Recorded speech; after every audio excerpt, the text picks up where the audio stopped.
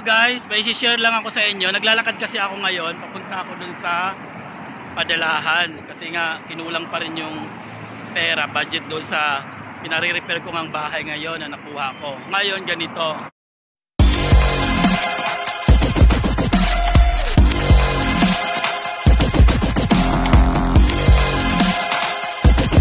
May experience na kasi ako sa ganito kaya alam ko kung nanluloko yung tao. Ngayon, habang naglalakad ako may pumitpit sa akin. Pitpit siya. Ayun. Tiningnan ko, nandun sa may kabila, kotse. Nakapanglokal pa siya. So, pa siya, nakaabaya yung babae at saka nakakandura yung lalaki. So ngayon, sabi ko kaya bakit magpipit-pit eh. Tumawid ako, pinuntahan ko siya. Ngayon, lumapit sa akin, come here. Siya pa sa akin pinapunta niya pa ako doon sa may sa may driver seat. Ngayon, malapit sa kanya. Ang sabi niya sa akin, ako daw sila ng Abu Dhabi. Ang asawa niya raw, nagda-dialysis daw. Ngayon daw, kung pwede daw siyang makahingi ng tulong, pulis daw siya. Ang ganda ng sasakyan kamo. Hindi ko lang maano yung sasakyan, yung anong brand ng sasakyan. Pero maganda. Malinis ang mga damit. Pulis daw siya. Ngayon, nanghihingi ng konting tulong daw. Dati na-experience ko niyan dati pa nga, may amount 20. Nung kapanahonan, 20 malaki na yon kasi nga sa petrol din. Same naman, same story na naman, same drama. Kaya, ang alam ko doon is, modus yon. Modus nila. So, baka maka-encounter kayo ng ganyan, hihingian kayo ng pera. Siyempre, pag bago ka, matatakot ka kasi sabi niya, pulis daw siya. May daw siya ng konting tulong. Nako, modus lang yon. Okay, isang babala lamang para sa ating mga OFW, mga kabayan dito sa UAE. Ayun nga guys, medyo kinabahan ako. Bakit kaya ako pinipitpitan nitong Arabo na to, nitong lokal? Kasi nakadamit na pang lokal eh. So bali ayun, medyo kinabahan ako. Sabi ko, may problema, baka may violation ako sa isip ko tuloy. So ngayon, ayan, nung lumapit ako, yun na nga yung purpose niya sa akin na manghingi ng pera. Diba? Modus, hindi lang sa Pilipinas may modus, pati dito may modus din. Akala niya may isahan niya ako eh. Marunong na ako ng ganun, no? Alam ko na. Kasi marami rin ditong ganyan minsan eh. Minsan may manghihingi rin sa'yo. Parang style nagmamalimos pa. Pag di mo nabigyan, mas galit pa sila. Diba? Parang ganun. Guys, nandito pa rin ako sa may Alwada, sa may highway. So punta na ako dito sa sa Remittance, sa may padalahan. Dito sa paborito kong padalahan.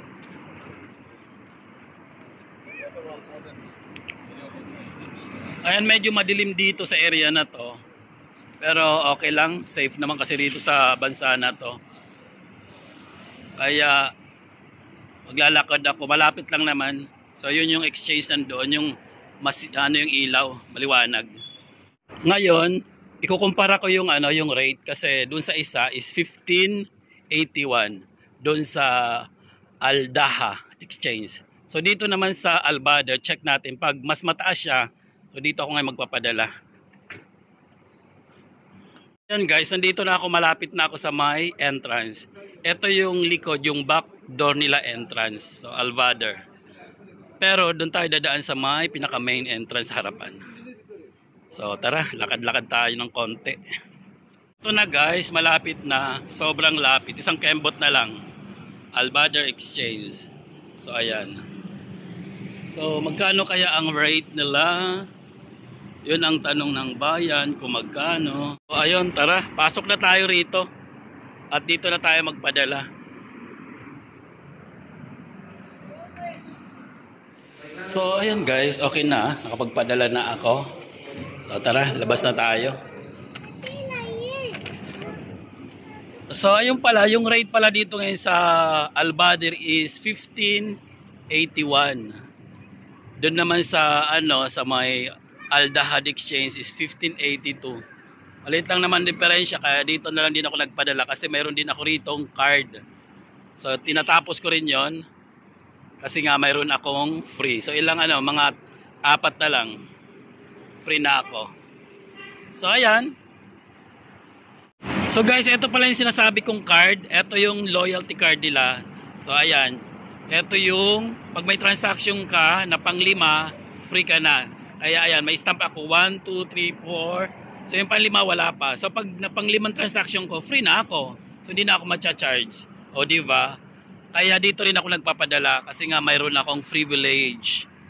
Di ba? Mayroon akong loyalty card. Pagkatapos ko dun magpadala sa Albader Exchange, ngayon ay maglalakad-lakad ako, mamamasyal ako dito sa park. So tara, pasyal tayo dito sa park.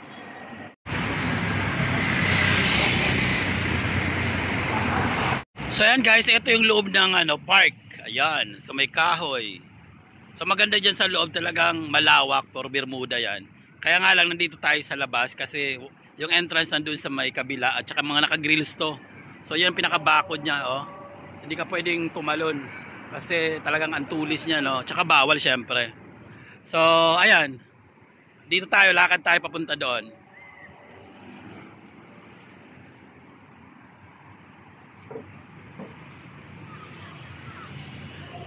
Nandito na pala ako sa may Almajas Park, ayan.